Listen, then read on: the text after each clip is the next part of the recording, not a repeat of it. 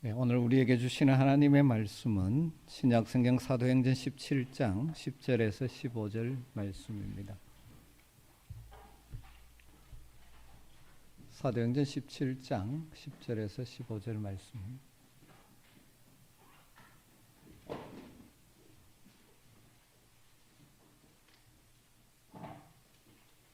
말씀을 한 절씩 교독하도록 하겠습니다. 10절입니다. 밤에 형제들이 곧 바울과 실라를 베레아로 보내니 그들이 이르러 유대인의 회당에 들어가니라.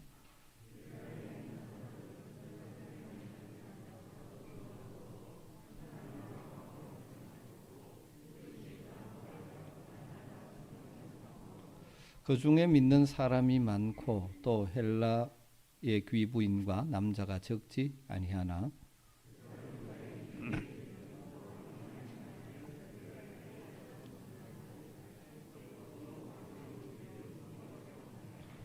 형제들이 곧 바울을 내보내어 바다까지 가게 하되 실라와 디모데는 아직 거기 머물더라. 바울은 인도하는 사람들이 그를 데리고 아덴까지 이르러 그에게서 실라와 디모데를 자기에게로 속히 오게 하라는 명령을 받고 떠나니라. 여러분은 그 사람 참 신사적이다 이런 말을 들으면 어떤 의미로 다가오십니까? 국어사전에 보면 신사라는 말의 뜻이 세 가지로 정의된다고 합니다. 첫째는 일반적인 남자를 호칭할 때 신사라고 부를 때도 있죠. 대표적인 게 그렇죠. 신사, 숙녀 여러분 뭐 이렇게 말할 때는 모든 남성을 지칭하는 것입니다. 두 번째는 옷차림이 말쑥한 남자를 신사라고 하죠. 그래서 요즘은 잘 안 쓰지만 전에는 옷을 잘 차려 입은 사람을 영국 신사 같다 뭐 이렇게 표현하기도 했죠. 세 번째는 예절이나 품행이 바르고 교양이 있어 점잖은 사람이 신사라는 의미입니다. 그래서 교양이 있고 예의 있는 사람을 신사적인 사람이다 그렇게 말하죠. 오늘 우리가 읽은 말씀 가운데 이와 비슷한 표현이 있습니다. 오늘 11절에 보면 베레아 사람은 데살로니가에 있는 사람보다 더 너그러워서, 개역개정에서는 더 너그러워서 이렇게 번역했고 옛날 개역성경은 신사적이어서 이렇게 번역을 했습니다. 간절한 마음으로 말씀을 받고 이것이 그러한가 하여 날마다 성경을 상고함으로 더 너그러워서 이렇게 번역된 헬라어는 유게네스테로스라는 단어인데요. 고상하다, 고결하다 그런 의미의 형용사입니다. 그래서 개역 성경에는 신사적이라고 번역을 했고 우리가 현재 쓰는 개역 개정에서는 더 너그러운 문맥을 볼 때 그런 의미가 좀 강하죠. 그래서 더 너그럽게 번역했고 새 번역은 고상한 이렇게 번역을 했습니다. 사도행전을 기록한 누가가 어떤 의미로 베레아에 있는 사람들이 데살로니가에 있는 사람들보다 더 신사적이다, 더 너그럽다, 더 고상하다 그렇게 했을 것 같습니까? 데살로니가에 있는 일반적인 시민과 베레아 일반적인 시민을 비교한 것은 아닌 것 같죠. 본문을 자세히 관찰해 보면 회당에서 이 일을 이야기하죠. 그러니까 보편적으로 유대인에 대한 비교라고 할 수 있습니다. 데살로니가에 살고 있던 유대인들은 전혀 신사적이지 않은 반면에 너그럽지 않은 반면에 베레아에 살았던 유대인들은 더 신사적이고 너그러워서 그들이 복음을 받아들이고 더 많은 사람이 믿고 이 베레아의 교회가 세워지게 되었다라고 기록하고 있는 것이죠. 그래서 새 번역은 그 의미를 살려서 이렇게 번역해 놓았습니다. 베레아의 유대 사람들은 데살로니가의 유대 사람들보다 더 고상한 사람들이어서 아주 기꺼이 말씀을 받아들이고 그것이 사실인지 알아보려고 날마다 성경을 상고하였다 이렇게 번역해 놓고 있습니다. 저는 이 말씀을 준비하면서 저나 우리 모든 아멘의 성도들이 모두 다가 더 신사적인 사람, 더 너그러운 사람, 더 고상한 사람들이 되었으면 좋겠다 하는 간절한 마음의 소원을 가지게 되었습니다. 단순히 겉모양이 아니라 하나님과 사람들 앞에서 인정받는 더 너그러운 사람, 고상한 사람, 믿음의 신사들이 되기를 주의 이름으로 축원합니다. 그렇다면 어떤 성도가 고상한 성도일까? 고상한 성도, 고상한 그리스도인, 더 너그럽고 신사적인 그리스도인이 되기를 원한다면 우리가 먼저 버려야 할 것이 있는 것 같습니다. 오늘 이 말씀은 비교죠. 데살로니가에 있는 유대인과 베레아에 있는 유대인들. 이 비교를 통해서 볼 수 있는 것은 무엇일까요? 신사적인 너그러운 베레아의 유대인들과 비신사적인 데살로니가 유대인의 비교를 통해서 무엇을 알 수 있을까요? 그러니까 바로 데살로니가 유대인들이 어떻게 바울을 대했는가 하는 그 모습에서 우리는 부정적인 의미에서 고상한 성도가 되기 위해서 버려야 될 그들 가운데 나타난 부정적인 모습들을 점검해 볼 수 있죠. 이미 지난주에 한번 말씀을 나누었습니다. 오늘 좀 더 구체적으로 이 부분을 생각해 보려고 합니다. 우리가 더 너그럽고 더 고상하고 더 신사적인 성도, 사람으로 살아가기를 원한다면 첫 번째 우리는 시기심을 버려야 합니다. 시기심을 버려야 합니다. 데살로니가에서 바울이 복음을 전했을 때 복음을 듣는 사람들 중에 경건한 헬라인의 무리와 적지 않은 귀부인들이 복음을 받아들이고 바울과 실라를 따랐죠. 이 복음을 따랐다는 것입니다. 그런데 유대인들은 대적하고 모함해서 바울이 급하게 피할 수밖에 없게 되어졌죠. 바울을 대적한 유대인들을 이야기하면서 5절에서 무엇이라고 시작합니까? 많은 사람들이 복음을 받아들이는데 그러나 유대인들이 시기하여 모든 바울에게 복음의 대적을 하는 출발이 무엇입니까? 시기에서 나온 것이죠.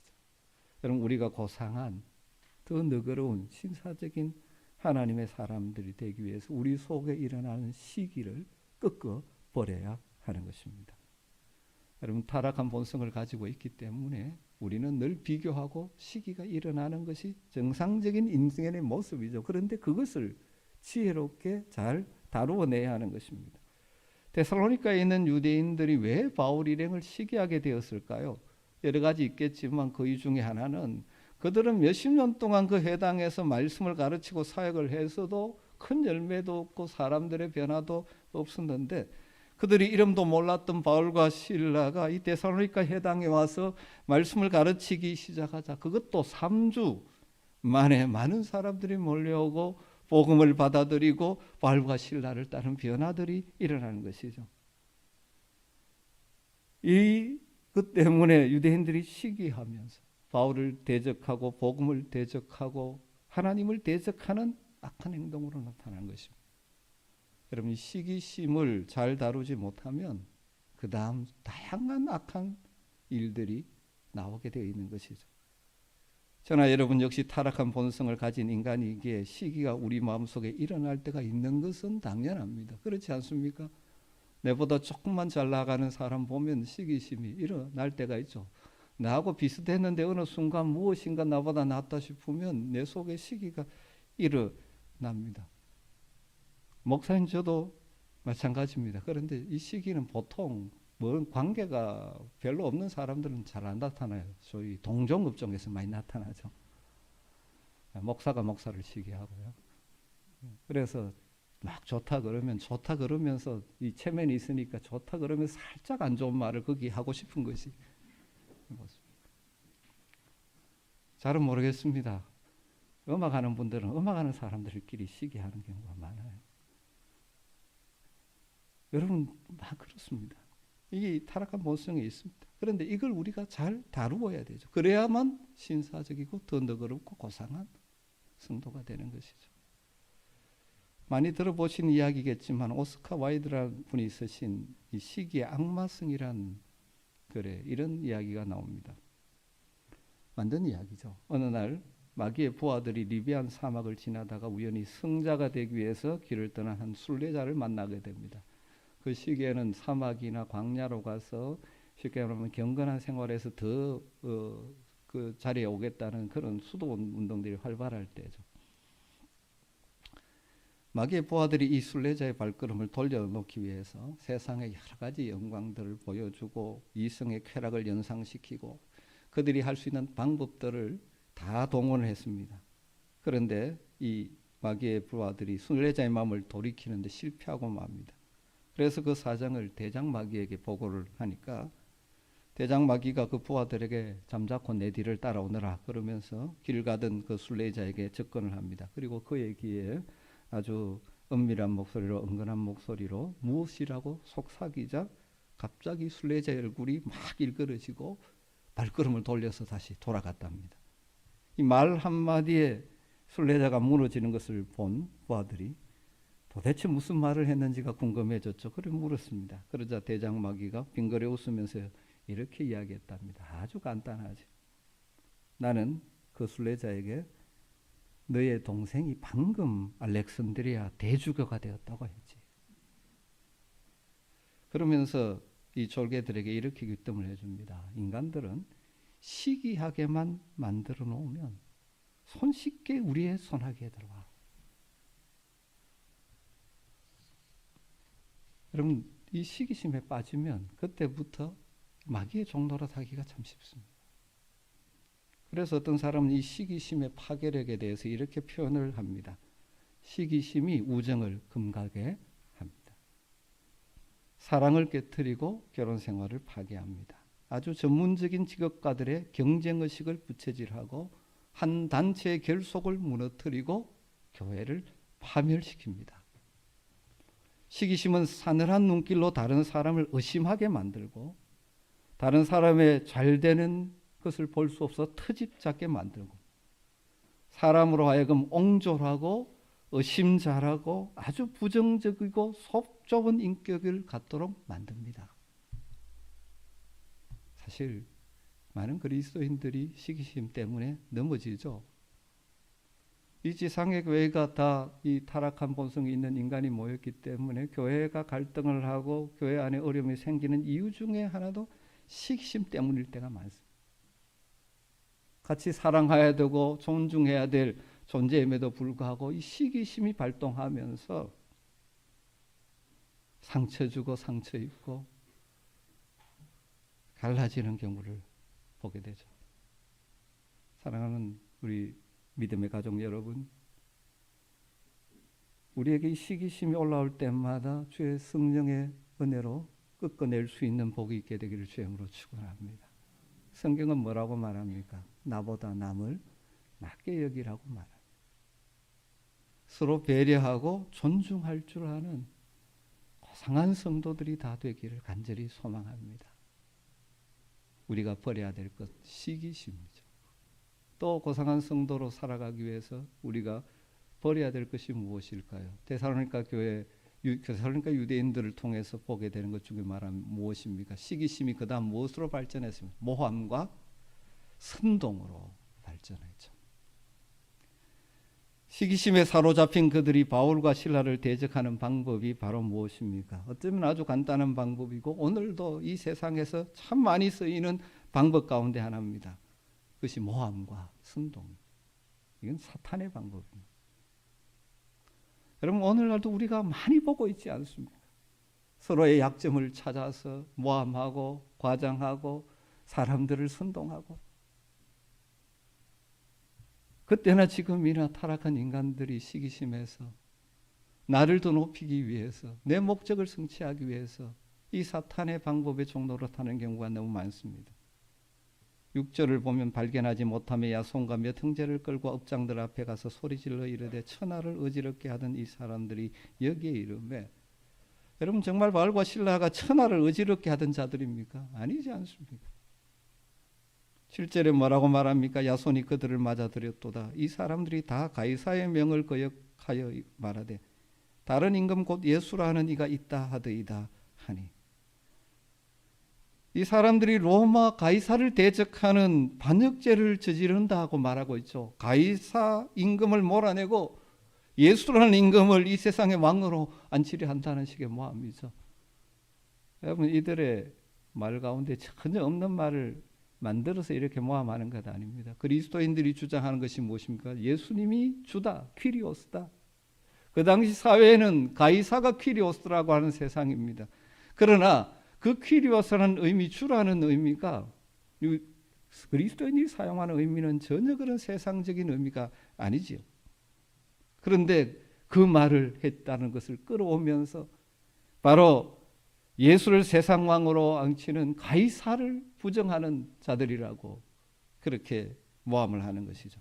그 이야기를 들은 사람들이 어떻게 됩니까? 8절에 보면 무리와 업장들이 이 말을 듣고 뭘 했다고요? 소동하고 난리가 나는 거죠. 거기에 흥분해서 지금 그러는 것입니다. 여러분, 우리의 삶의 현장에서 종종 보고 있는 현상이지 않습니까? 모함하고 선동하고 그것 때문에 소란하죠.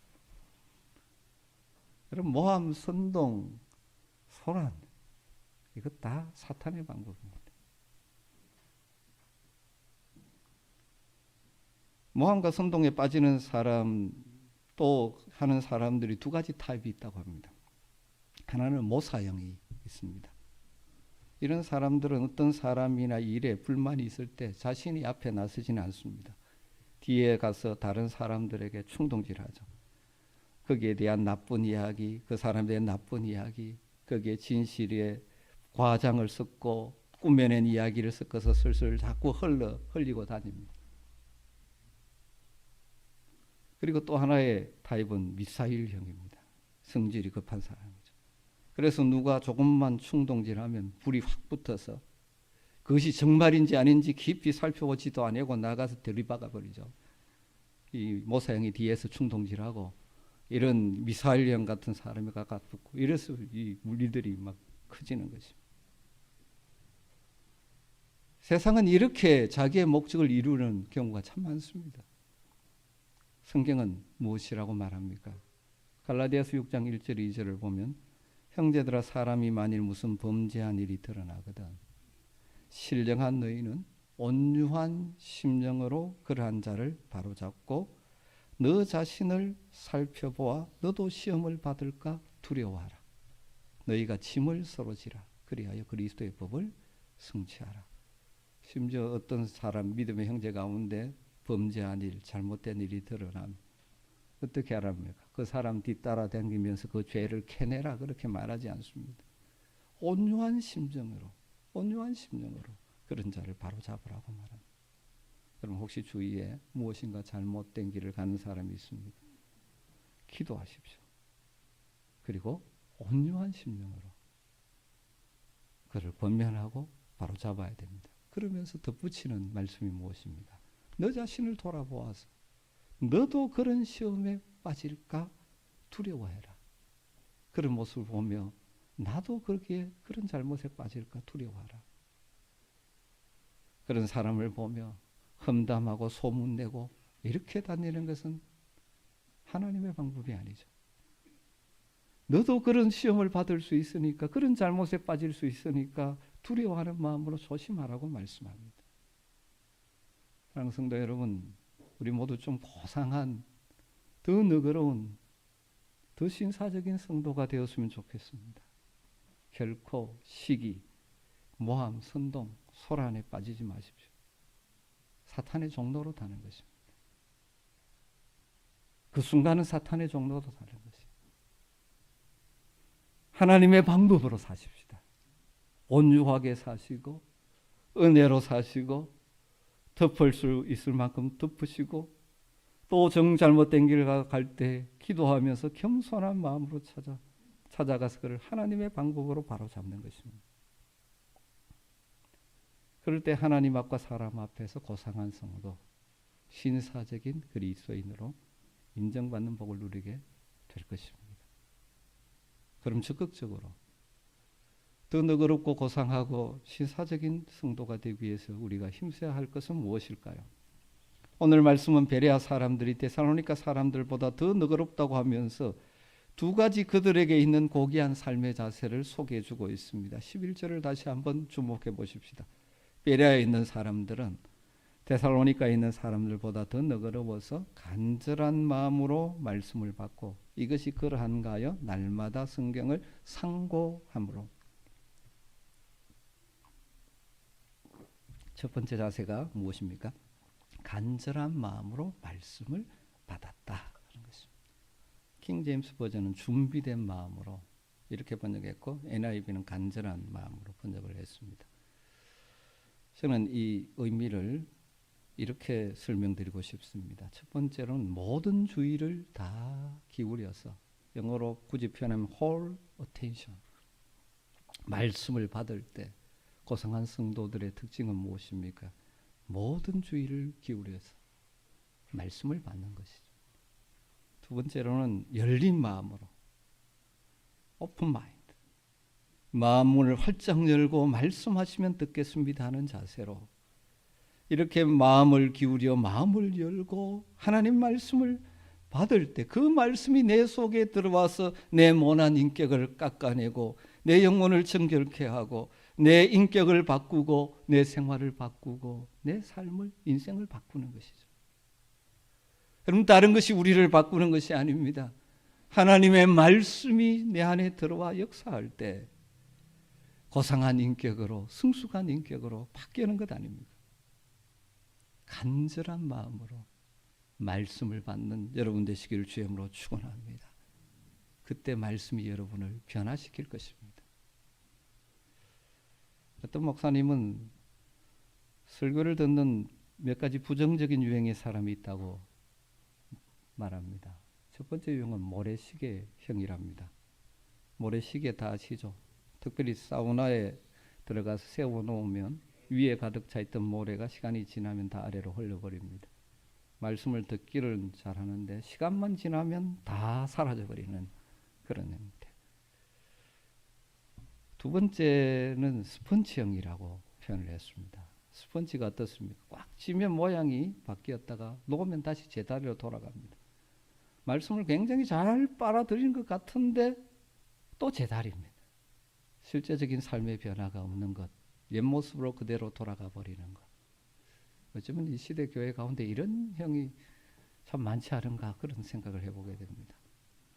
가장 부정적인 말씀을 대하는 자세가 가시형이라고 합니다. 말씀을 듣는데 꼭 삐딱하게 듣는 사람이 있어요. 여러분, 어느 말이든지 부정적으로 듣기 시작하면 부정적으로 들립니다. 설교를 들으면서 목사님 저 말은 내 들으라고 하는 소리구나. 그것까지는 좋습니다. 내 들으라고 하는 소리 같으면 그 말씀을 따라 바뀌면 되죠. 그런데 예수님 시대에 바리새인들과 말씀을 대적하는 사람을 모시면 내게 하는 말이라고 하는데 그 다음은 뭡니까? 이를 갈거늘 이렇게 돼요. 뭡니까? 말씀으로 나를 치는구나. 이런 식으로 반응하는 거죠. 그럼 이런 유형이 되면 결코 말씀이 전혀 삶에 영향력이 없습니다. 이렇게 설교하는 저 같은 사람은 굉장히 주의해야 되죠. 말씀을 말씀대로 전해야 되는 것인데 받는 입장에서 여러분, 누가 성경에 오늘 성경이 더 너그럽고 신사적이라는 표현과 함께 등장하는 태도가 무엇입니까? 간절한 마음으로 말씀을 받는 것입니다. 집중해서 열린 마음으로. 저는 이 설교를 하다 보면 대부분 우리 성도님들이 그런 자세인 것 같아 늘 하나님께 감사합니다. 오늘도 이렇게 쳐다보니까 저에게 집중하고 듣는 것 같아서 굉장히 감사한데, 여러분 늘 설교뿐만 아니라 말씀을 읽을 때도 집중해서 열린 마음으로 말씀을 받으시기를 주님으로 축원합니다. 그 말씀이 여러분을 바꾸실 것입니다. 더 고상한 성품으로, 더 성숙한 하나님의 사람으로 우리를 변화시켜 갈 줄로 믿습니다. 두 번째 자세가 무엇일까요? 그 다음 뭐라고 나옵니까? 날마다 성경을 상고함으로, 간절한 마음으로 말씀을 받았을 뿐만 아니라 한 걸음 더 나가서 이것이 그러한가 하여 날마다 성경을 상고했다 그렇게 말합니다. 상고하다, 상세하게 고찰하다, 무엇인가 깊이 생각하고 연구하는 행동을 묘사하는 단어죠. 그들이 뭘 상고했습니까? 성경을 상고했습니다. 성경은, 여기에 성경은 그다지 신약 성경이 쓰여지기 전이기 때문에 그들이 상고한 성경은 당연히 구약 성경이겠죠. 그들은 바울이 전한 예수, 인간의 죄값을 대신 치르기 위해서 반드시 죽어야만 했고, 또 인간을 영원히 살리기 위해서 죽은 자 가운데서 반드시 다시 살아야만 했던 나사렛 예수, 그가 과연 구약 성경이 예언한 메시아가 맞는지 확인하기 위해서 날마다 성경을 상고했다라고 기록하고 있는 것이죠. 우리말로 상고하다라고 번역된 헬라어 단어가 아나크리노, 탐색하다, 심사하다, 조사하다. 어떤 의미로 보든지 깊이 생각하는 것이 동반된 행동입니다. 여러분, 이렇게 깊이 성경을 생각한 이유는 어떤 단순히 성경의 지식을, 지적인 호기심을 충족시키고 신학적인 흥미를 충족시키기 위함이 아니었습니다. 그들이 성경을 날마다 깊이 생각한 것은 구약 성경이 전하는 하나님의 말씀이 무엇인지, 구약 성경을 바탕으로 바울이 전한 예수 그리스도의 복음을 믿기 위해서 상고하는 것이죠. 또 그 하나님의 말씀을 따라 예수 그리스도의 복음을 따라 살기 위해서 상고하는 것이죠. 그런 말씀을 깊이 묵상하고 상고하셔야 됩니다. 그런데 왜 그렇게 해야 됩니까? 종종 성도들 가운데 말씀이 삶의 변화를 일으키지 못하는 성도들의 특징은 단순한 지적인 호기심을 만족시키고 어떤 신학적인 논쟁에 답을 찾기 위해서, 여러분, 그 자세가 아닙니다. 말씀을 통해서 하나님을 더 알고 하나님의 뜻을 더 알고, 그래서 거기에 내가 맞추어 가기 위해서, 내 삶을 말씀에 재조정하기 위해서 상고하는 것이죠. 그렇게 했더니 결과가 12절에 이렇게 되어 있죠. 그 중에 믿는 사람이 많고 또 헬라의 귀부인과 남자가 적지 아니하니. 데살로니가에서는 그 중에 어떤 사람이 믿었다고 표현했는데 베레아는 많은 사람이 믿었다라고 표현하고 있습니다. 그들이 너그럽고 더 성숙한 사람들이어서 말씀에 집중해 듣고 깊이 상고하다 보니 많은 사람들이 복음을 믿고 따르게 되었다는 것이죠. 바울의 설교를 듣고 주님을 믿기 시작한 사람들은 유대인 회당에 참석했던 유대인들만이 아니라 헬라인들과 귀부인들과 그 남자들도 적지 않았다고 표현합니다. 바울을 통하여 선포된 복음을 가지고 말씀을 깊이 생각하면 생각할수록 바로 바울이 전한 예수가 우리의 구원자 그리스도 메시아이심을 인정하게 되고 믿고 따르게 된 것이죠. 사랑하는 성도 여러분, 하나님의 말씀을 깊이 상고하는 복된 성도들이 되시기를 주의 이름으로 축원합니다. 단순히 성경 지식을 쌓기 위해서가 아니라 말씀을 통해서 하나님을 더 깊이 알고 하나님의 뜻을 더 분명하게 알고 하나님을 믿고 따르기를 원하는 마음으로 깊이 생각하면서 성경을 읽고 묵상하십시오. 말씀이 우리의 삶을 변화시켜 줄 것입니다. 점점 더 고상한 하나님의 사람으로 우리를 성장시켜 갈 것입니다. 오늘 말씀을 마무리하면서 저는 우리 모두가 스스로에게 한번 질문을 던져보았으면 좋겠다고 생각합니다. 나는 고상한 성도인가? 신사적인 성도인가? 혹시라도 시기심에 사로잡혀서 내 삶과 에너지를 낭비하고 사람들에게 상처를 주고 그렇게 살고 있지는 않은가? 쓸데없는 경쟁의식에 사로잡혀서 서로 사랑하고 서로 섬기고 서로 협력해서 주님의 일을 해야 될 성도들과의 관계를 깨트리는 어리석은 삶을 살고 있지 않은가? 그리고 적극적으로 집중해서 열린 마음으로 하나님의 말씀을 받고 성경을 상고함으로 우리의 믿음이 더욱더 자라고 우리의 인격이 더욱 주님을 닮아가는 고상한 성도, 신사적인 그리스도인 되기를 간절히 주의 이름으로 축원합니다. 그래서 우리 주변 사람들이 우리를 볼 때 또 하나님 앞에서 정말 더 너그러운, 더 고상한, 더 신사적인 성도로 인정받는 복이 저와 여러분의 것이 되기를 주의 이름으로 축원합니다. 기도하겠습니다.